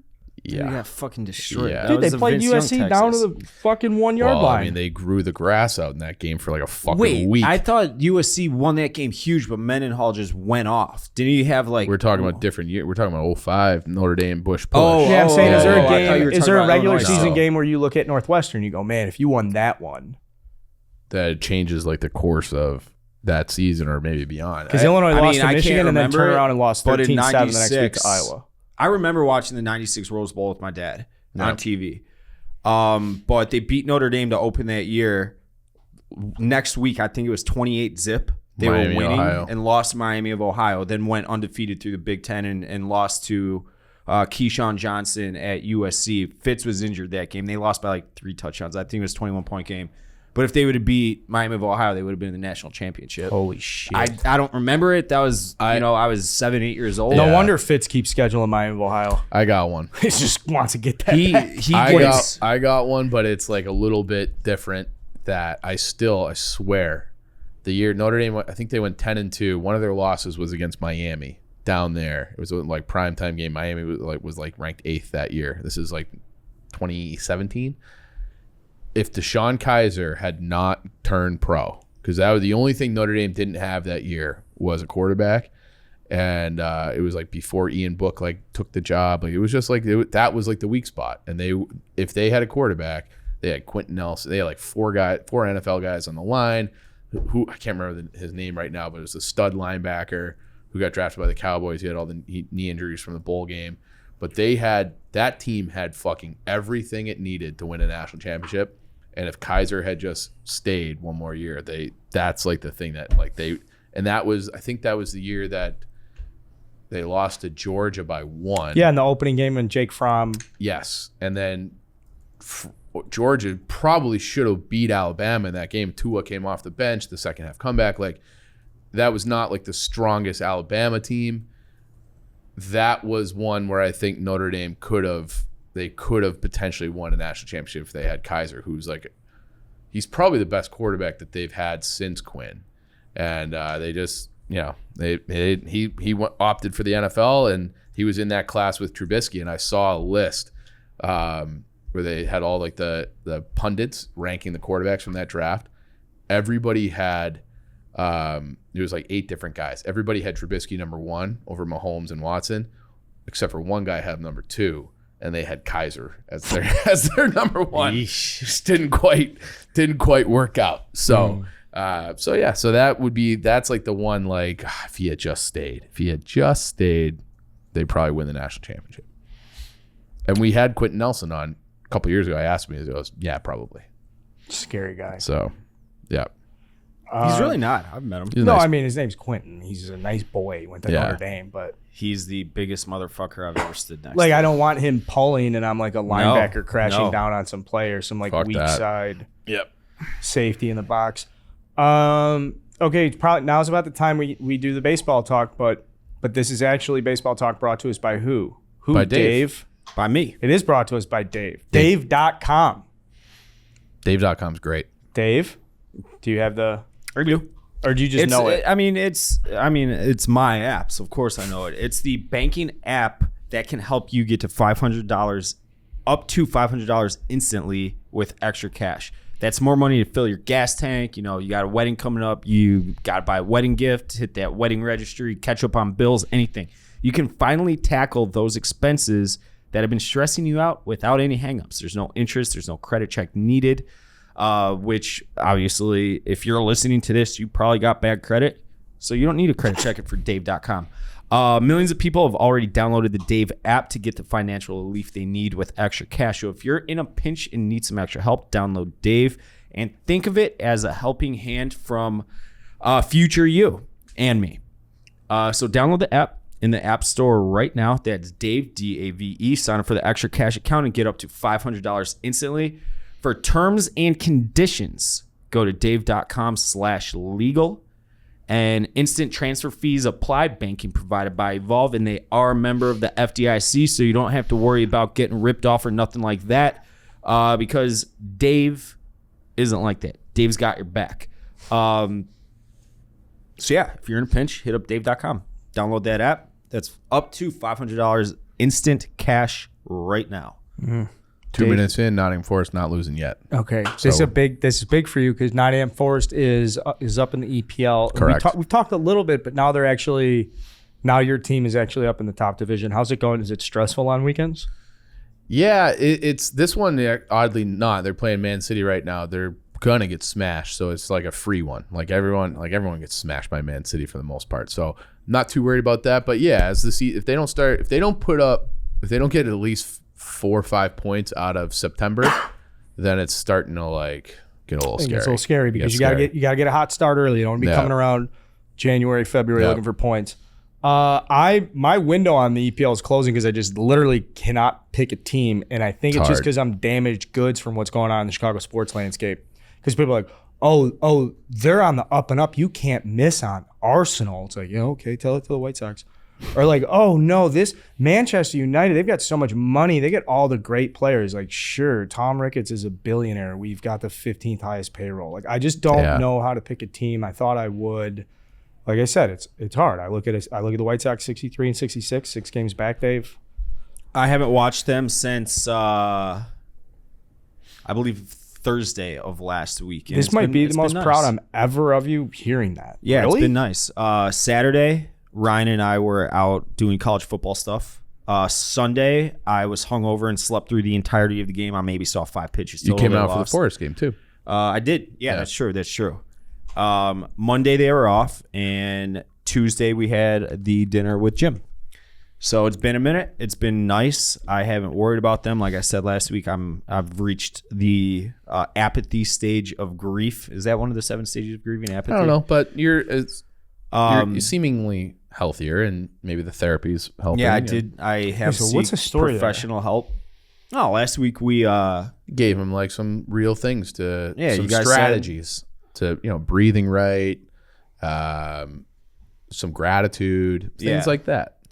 So like I will say, and shout out to Dr. I believe you pronounce it Levin, Levin. He's got his practice over in Lakeview. He said that I need to, instead of thinking negative about the organization, think in a gratifying way, like things that they have provided me that have been good. And I got to disagree with them there. I was gonna say, what's that list look like? I mean, it's professional sports. It's a what have you done for me lately business, and this year has been a complete fucking disaster in every single way. I have reached out to the organization about getting Rick Hahn on. They said they will let me know. I have not heard back. That was on Monday. I reached out to them. They responded Tuesday. I would love to have him in here. Just not. You're gonna put the spotlight on him like you did with Eddie with the pizza score? No, because he like those guys. They're impervious to that kind of stuff. No, I think one, it would be very good for them to show accountability. Do you want them to say sorry to you? I'm not looking for an apology. I'm looking for a reassurance that, hey, this was a complete disaster. Not saying, and if he doesn't say it, you can at least sense it. Yeah. You want to like shake his hand, look him in the eyes, do the same thing, because if they were up 16 games, it's a much easier interview to have. So I think it's fair for you to be like, hey, dude, like. And I do think that Dave, who was highly critical of them in the offseason, if they were up 16 games, you'd be like, hey, hand up, I was wrong. Even then, I don't know that it would be, because the division is that bad. Like, I could, if they were, an 80-win team right now, or 75-win team right now, whatever it is, as we speak, and I'm not talking at season's end. If they end of the season with 95 wins, and I still looked at them like they can't compete with the Astros right now, like that's because that's not what they said they're competing for. Mm-hmm. They said they're competing for praise. You would be more hopeful about them in the playoffs. Of course. That's what I mean. But I'd still be objective, and if like right field and second base were still an option, I would say so. But I think that heading into the offseason, they gotta I would love if they had like the Trinity, Reinsdorf, Williams, and Hahn, like a joint presser saying, we fucked up. Mm-hmm. We fucked up, but we're going to do everything in our power to fix this. I know it's hard for you guys to get on board with that, considering what just happened over the last 162 games, but know you don't have a choice. We're going all in right here to make this the team that we said we were when we traded Chris Sale in 2016. And I wouldn't have a choice. I mean, fans could get on board or call them out and be like, that's bullshit. They've had their chances. And in the end, like Ryan, you just said, we'd have no choice. But I have no idea what they're going to do. I don't know how to fix this. I do know that they have to fix it. Otherwise, they're just like, they're embarrassing themselves, really.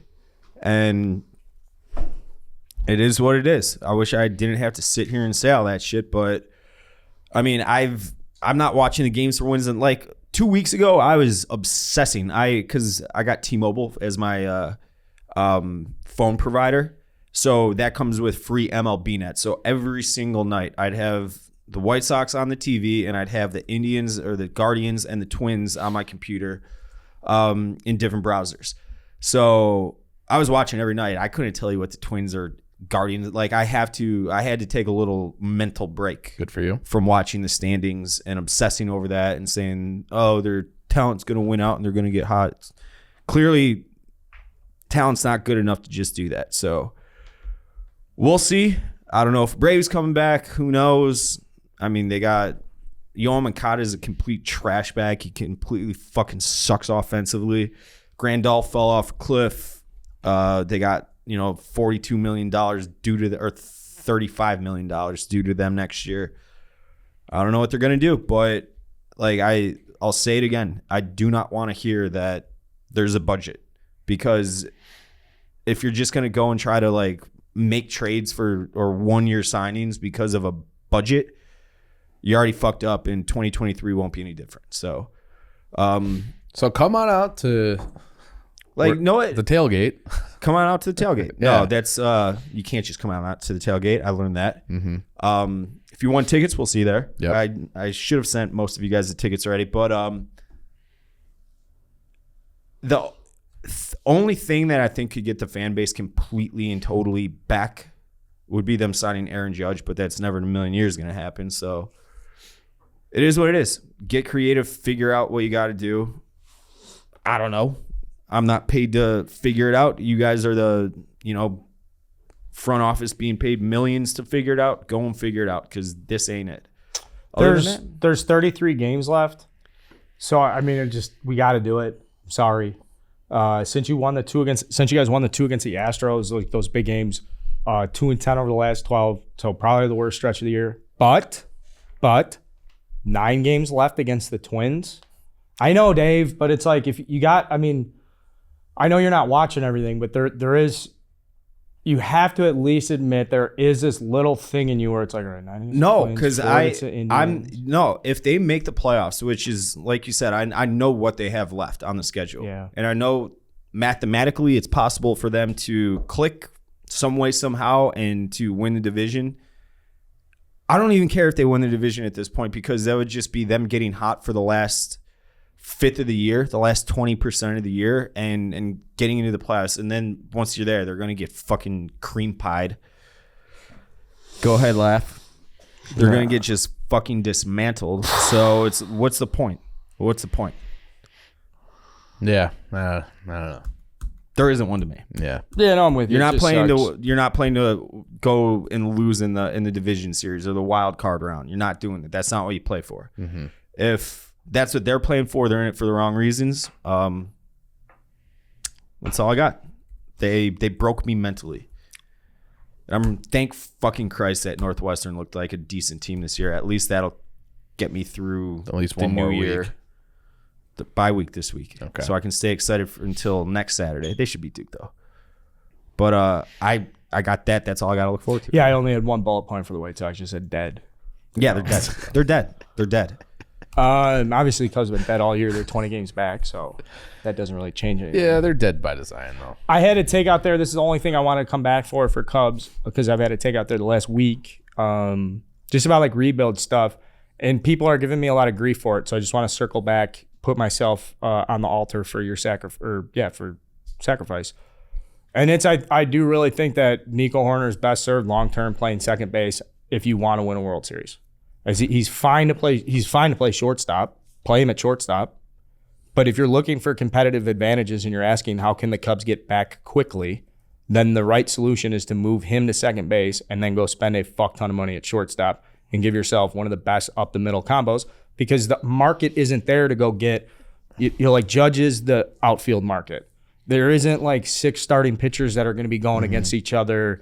The market for next year is at shortstop. Well, we have a shortstop, and he's pretty good. He's pretty good. He'll be he's not a tier 1 shortstop.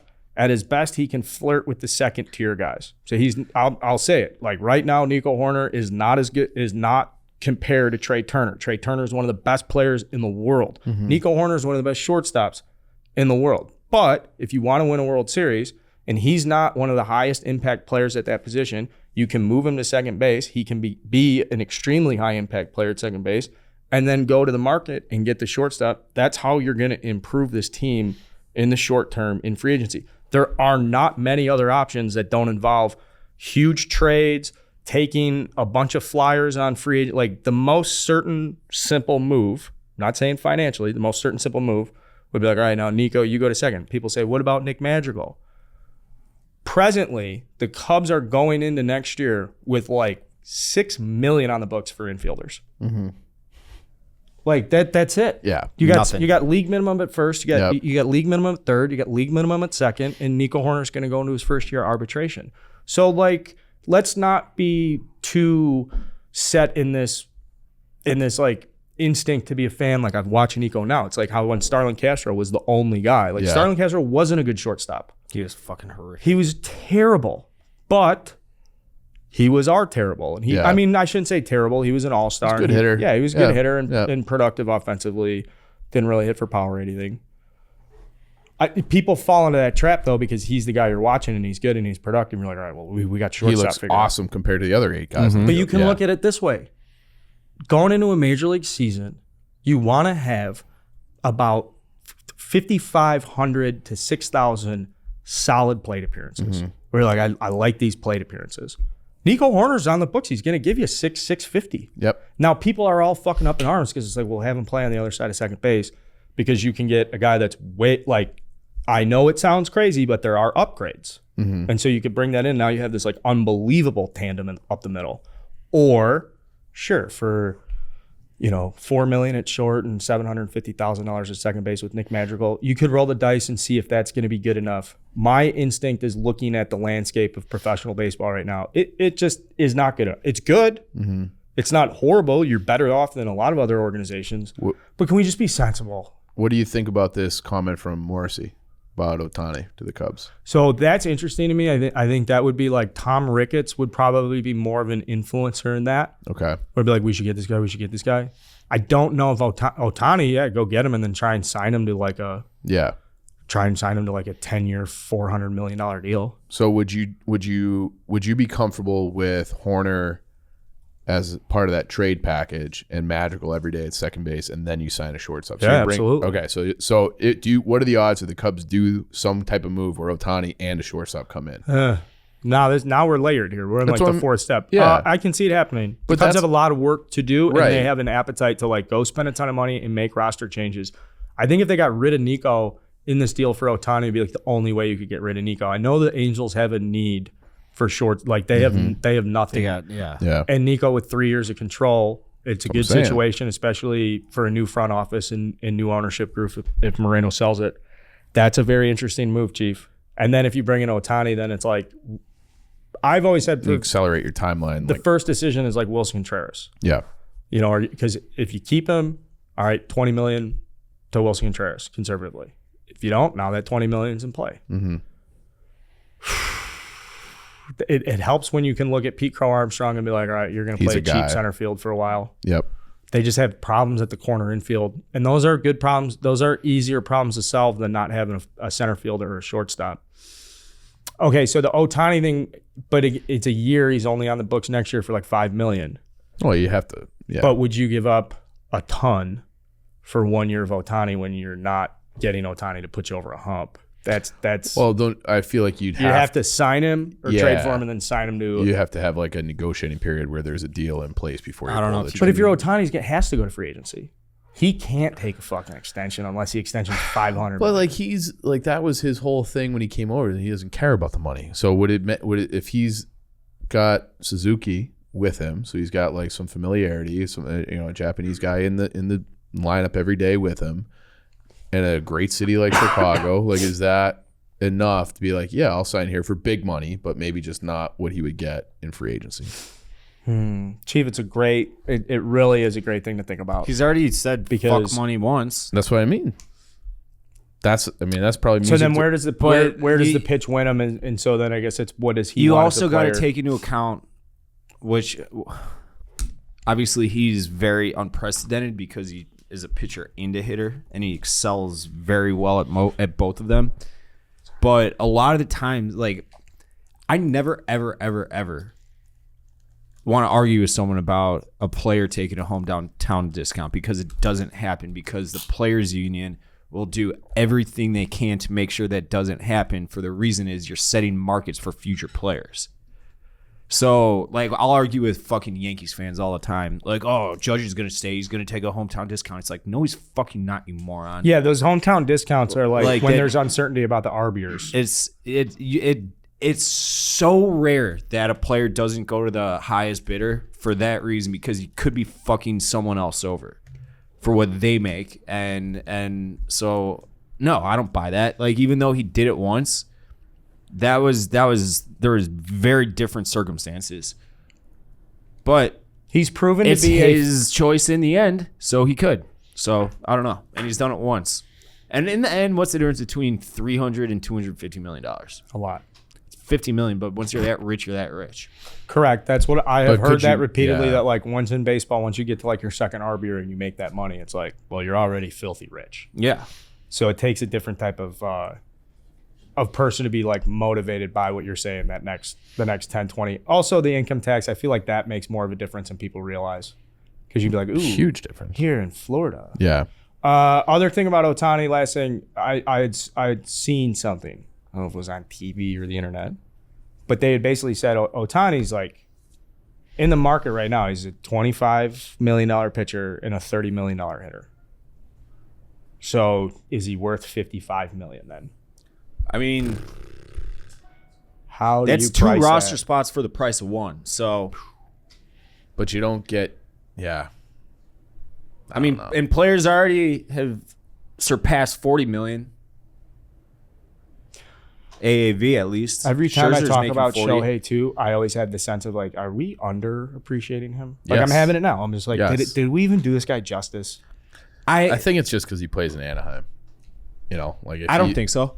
I think that I think he would get. You don't think if he was on He's the on the Mets? Yankees. you know Yeah. what? I think that not at the level that he does, and I know he's offensively isn't having the year that he had last year, but he's been like Cy Young quality-ish this year, and last year he wasn't. So it like kind of flipped a little bit. I could be saying the dumbest thing I've ever said with respect to the game of baseball right now, but I think I'm ready for it. there are probably players that could come close to doing what he's doing. If baseball let them. Baseball didn't really have a choice with Ohtani. Mm-hmm. So you're saying like, oh, this kid's 18, he could do both, but we're gonna like that specialize kid on the him to- Rays that they drafted out of Louisville.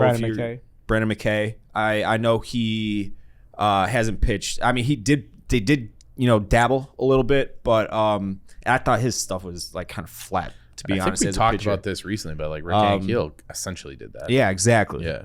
I mean, not saying that it'd be like common or not anything. at that level, but yeah. But I like you're telling me right now that O'Neal, what's his fucking name? O'Neal Cruz on Pittsburgh couldn't get up there, huck it 98 and be an effective reliever while playing shortstop. I know he's Yeah. You know what I mean? I think If it's like you can't polished stop him- pitching. Like Carlos Rodon would be a good example where he was like he hit a little came bit, into yeah. NC State and he could have been a first round first baseman if he was just being a first baseman. And then maybe that's a reach, but he was like a big power. Wasn't Mark McGwire like a great college pitcher too? I believe so. Yeah. I believe so. But then you stop because at some point, you're a freshman, sophomore, and your agent's standing there. You're getting advised by Scott Boras, who's like, well, here's what a pitcher gets drafted at. Here's if your time spent. So then you go develop. It's like, well, are you a hitter or a pitcher? I'm like, well, I should get good at pitching because it is, to your point though, Dave, like I love what you're saying about the roster spot. Like the teams that can, like if the Cubs are looking at Ohtani and they're valuing the fact that like, oh, we get a starting pitcher and there's this extra roster spot for flexibility and stuff, that makes me very comfortable. And Chief, thank you for bringing up the trade because I think that's like the type of optimism I want to buy into this offseason with the Cubs, that they're like, the bad stuff's over. You got your money back from COVID. Don't tell me you didn't, Tom. And I'm an optimistic person by nature, and I can't do it with the Hawks. I'm not going to do it with them for a while. So I'm just looking. Maybe that's why I'm hoping for the best for the Bears in 2023 and Notre Dame this weekend, because I just want to have some sort of joy. Nothing brings me joy. 2-0 City. Look, right as you're doing this, Yeah. literally. I think Holland's for a second. I knew how everyone knew how today was going to go. Today for us, they just get Erling Haaland. Like, what are you going to do? The guy's he's fucking. Who's the main character in Rocky IV? Drago. He's Drago. He's soccer Drago. Like he has the look down. He's just unstoppable. I must break you. Is it must break you or will break you? I must break you. I think it's must. The blonde guy? Yeah. He's free. He just scored, yeah. Yeah. That's his second. Yeah. So You know that Dolph Lundgren, the guy who plays Drago, he died, right? do you know he's like mental level smart? He's got like a I've PhD heard- in chemical engineering. Yeah. He's like He was just in the last Rocky movie. Was he? and he Or like not, intentionally chose acting because it's a good business. Universal Soldier, good movie. Last thing on the list, unless we want, like, do you have stuff, anything Blackhawks related? You said you don't want to do it. The broadcast crew. Did we talk about that last week? So I think they absolutely nailed that. So they fucked up the Edzo thing, but they pivoted into the only direction they could, in my opinion. So they got Sharpie's coming in. So that'll be good. He'll do, I don't know how many games he's going to do, but he's doing some games. And Troy Murray. So Troy Murray had been doing the radio. He's a Blackhawks kind of lifer. He's if you think about guys who are like decidedly like in the family, he's an in the family guy that everybody loves and trusts. And he had the cancer issue last year, and I had heard that it was very bad. Like when he was initially diagnosed, they were thinking that he was not going to make it. So the fact that it's in remission enough that he's able to take on all the travel and everything that comes with being the full-time TV guy, I think that's great. So they nailed it. So credit to them. I don't think I've said that maybe ever on these airways that they nailed something, but they nailed that broadcast crew. I'm actually pretty excited for it. I hope Sharpie is involved. I got a feeling he's not going to do that many, and it was more of like hey, we got Sharpie. You guys know Sharpie. Mm-hmm. We like Sharpie, right? Yeah, right. So I hope he's involved for at least 20 games. I would set the over under for Sharpie games at about 20. I hope it's over. And if they let him be him, which is like super funny, like just quick-witted, smart, then he'll be great and the broadcast will be fun, even though the team's going to be dog shit. So that's it's something that, hey, you guys did something right. I'm happy for you, genuinely. So I'm happy they got something right. So that's about it for the Hawks. So it's there's a ton of Kane rumors like, oh, he was going to the airport. Like, who fucking cares? Like, he's not going anywhere until the deadline. Everyone shut up. So yeah, we'll just ride out the last several months of this, and then I'll be going to therapy. Okay. So because it's going to be hard. Well, good for you. Thank you. I like that saying. Someone had said, I believe Dave said it last night at dinner. There are people who go to therapy, and then there are people who need therapy. Last thing here, someone had submitted this question while we were recording. They were just curious when pumpkin spice season starts for you, because like it's September 1 while this airs. A lot of people are going to get pulled. Some people like to go to the the 22nd. They say not till the lunar calendar really changes. So it's like I don't usually get the spice. I kind of do it at home. I'll put it I'll mix it in the grounds and just brew the coffee with a little nutmeg, little allspice, put it in there, and then it comes out with the flavor. It's fucking awesome, a little cinnamon. And I'll do that whenever I feel like the air feels right. So the air doesn't feel right for pumpkin spice for me yet. No, it doesn't. So as soon as it's not a calendar thing, it's like you inhale and you feel that little coldness in your nose, then it's time. Well, if you look at the weather, could be September, could be October, could be November. I don't know. It's whenever I feel it in my nose. The lows are starting to drop on the weather app. I like that too. Yeah, a couple 63s. Love that. Yeah, that's a good sign for us. This is when Red Line Radio fires at all cylinders. We got Bears coming up, obviously White Sox closing it out into the playoffs, and all lining up with the wardrobe changes and everything we want. Wait. No, I don't want to be wearing a t-shirt and my tits everywhere. Like, fuck this weather. I'm ready for football, chili, pumpkin spice, all that stuff. Like, it is. This is Chief time. This is Chief time. Maybe we'll all go to a pumpkin patch together this fall. Like, it'll be great. Apple picking. It's gonna be awesome. Go subscribe to the YouTube page so we can get some great fall content. We're trying to get over 50,000. We're almost there. Yeah, we're getting close. Real man. close. Been talking about it for so long. What do we do when we get to 50? Pumpkin patch. Chief, we'll celebrate at a pumpkin patch. Dave, can we tailgate in the parking lot with some Miller Lights? Yeah, absolutely. This is Red Line Radio. Go subscribe to the YouTube page. Thanks for tuning in. Until next time. We got 900 more subscribers, give or take. So go subscribe for us. We can do it. All gas. No breaks. DJ, play that shit. All right, let's watch the rest of this half. I can't believe the game is over before I got to even watch it.